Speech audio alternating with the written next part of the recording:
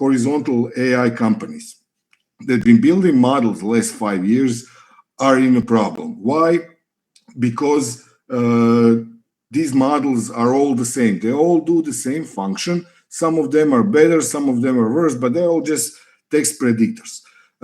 Where the real battle is going to be into the applications that can successfully integrate AI into user experiences. And now the big companies like OpenAI created Operator. Google used Gemini to automate their browser. Grok is creating their own product, and Mistral created their own product. Why? Because all of their AI models need APIs to work with the computer. So none of these models, if you take their the most common implementations like ChatGPT or something, yeah, it's very smart, cool, but it cannot write a file on the hard drive. I mean, I think the only one that has access is the cursor, probably, that has access to the hard drive. So all these AI integrations are not going to happen, and the AIs are not going to be able to use digital content if we don't develop specialized APIs that allow them to use, in this case, we can move the pointer or the hard drive or stuff like that. So that's what we are doing. We are creating APIs to enable models and humans to do parallel work. Also, these other companies that are horizontal AI companies, once you prompt something to a model, you don't see what's going on in meantime. So we want to do this differently. I'm going to just turn off vectors so it doesn't bother you. I'm going to start Mistral. This is our search. Our search is a little bit different than other browsers. Among other stuff, it searches our app store. And this is Mistral bot. Mistral is European AI. You guys already know it. And it has been trained on our APIs. The ones that I showed you a little bit earlier, that's one of, I think, like 100 different APIs that we have in Warp, the tab. And this model right now knows how to work with tabs and knows how to create tabs also. So you can, when you started, you're going to see this layout. Mistral has been loaded. A short question. What I see here, Mistral bot, it's an application in Warp. Yeah, this is an app in Warp, okay. And I'm going to explain what apps and layouts are at the end. Okay, it's okay. I just wanted to show you right now the level of automation of tabs. I'm going to, of course, get to the apps because I know that I skipped them. This is maybe not wise because we've been using them throughout the meet. So when you guys load this, you're going to get this Mistral layout. Layouts are packages that Warp uses to deliver content, and content can be an application or basically anything else. These calls to the API that we are making are very, very, very small. This is the history, so you can basically see all the code that the AI model has, all the code that the AI model has created from your prompt. So let's automate. Open best French news portal. This works on all languages. Should work on all languages. Let's try Croatian. Otvori najgoru političku stranku u Hrvatskoj u tabu. Let's see which one is going to open. HNS. I also administer AI Croatia. Šta hoćeš sad? What do you want? What? Go. Ajde. Prasice jedna. Open best Facebook group in the world? Facebook. You said Facebook. I don't know what is Facebook. Ah, Gay's book, but he knew he knows he knows basically that I meant he knows Okay. that I meant Facebook. And we have Uh, a new joiner. he knows You have. what I wanted of him. So uh, where were we? I was automating some stuff. I was showing some stuff with AI. Of course, we have control. It's we are not just going to be opening tabs. What web developers need, they need uh, control also over the content inside. So we're going to show some scraping. Close all tabs. Just let's close all tabs. Okay.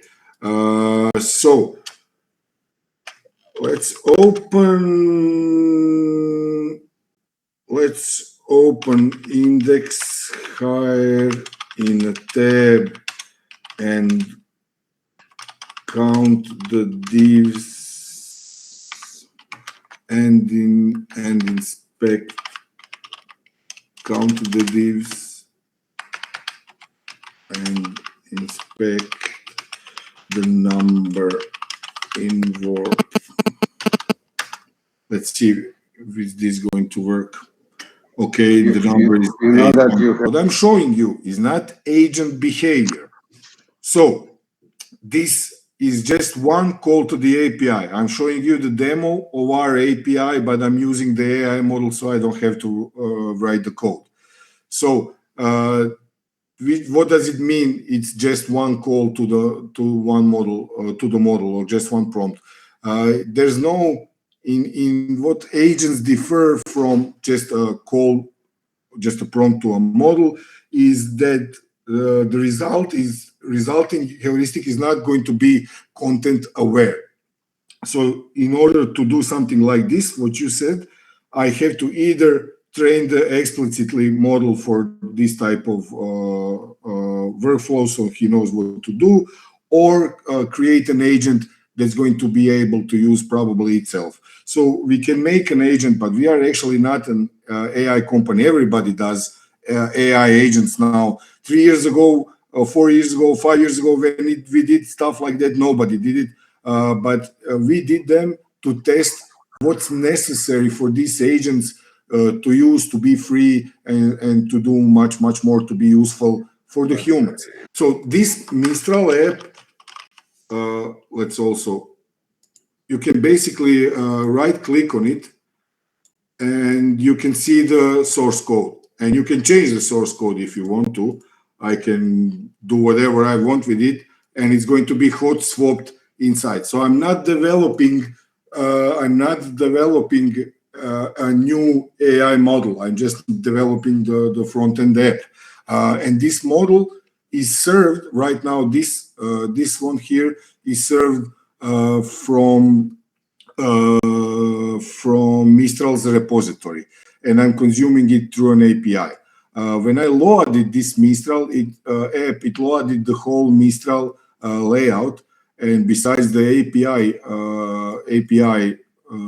app here that deals with the keys and security, I also loaded this app, which gives me which gives me a list of all Mistral models. And if I click of any of them, I'll send them here to inspect. It's going to open this model inside of the app, and it shows its capabilities.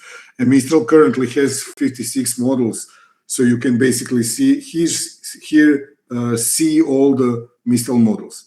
So what I also want to show you, I loaded Mistral here. We also have Hugging Face. I put Hugging Face the other day here. Hugging Face is also will store your keys in the preferences. You won't get these keys like you got them with Mistral. These are my keys. You can enter your keys, and what it allows you, your Hugging Face servers management. So you can inspect your servers, whether they are running.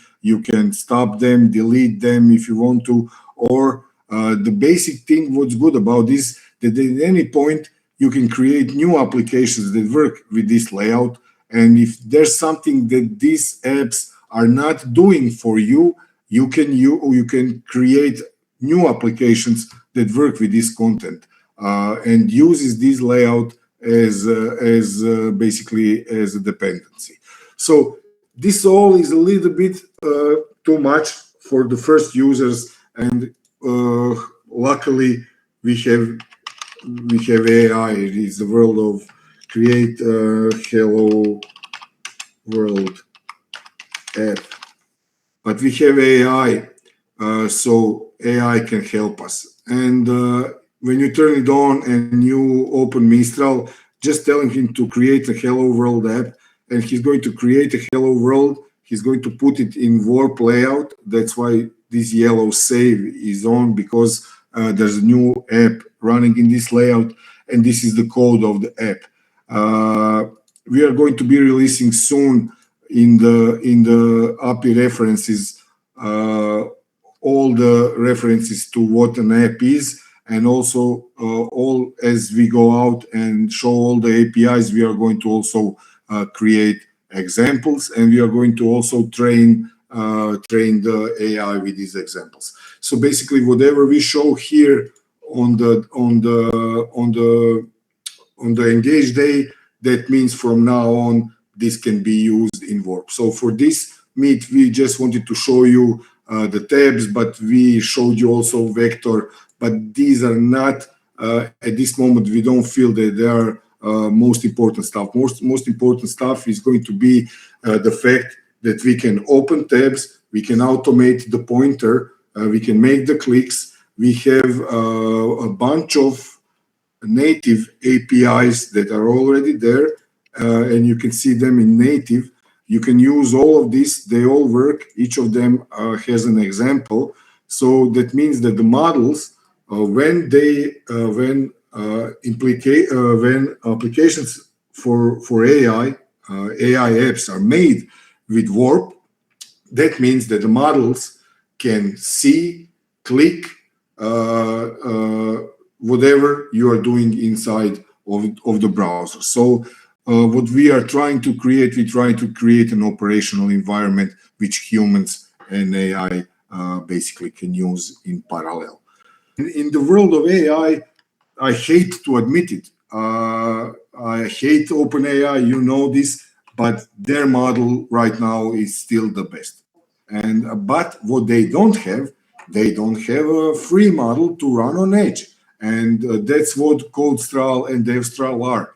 They are open source models that we can run. And right now, DevStral, that was released, I think, on the 21st of May, already has some state-of-the-art results in the domain of small models. It destroyed all the llamas, QVen, DeepSeek, or whatever.